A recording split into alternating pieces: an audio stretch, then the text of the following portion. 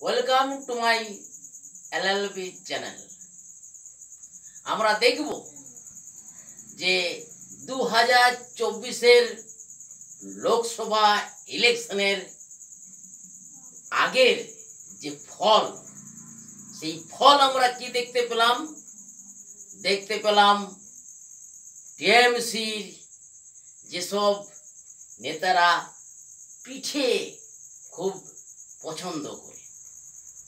তাহলে আমার বলার বক্তব্য, যদি টিএমসির নেতারা পিঠে করতে নারীদের ডেকে নিয়ে যায়, তাহলে কি এই 1977 সালের আগে কংগ্রেসরা পিঠে খায়নি? 2011 সালের আগে সিপিএম কি পিঠে খায়নি?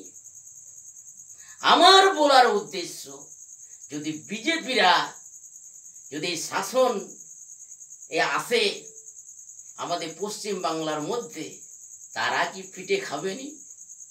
আপনারা বিচার করবেন।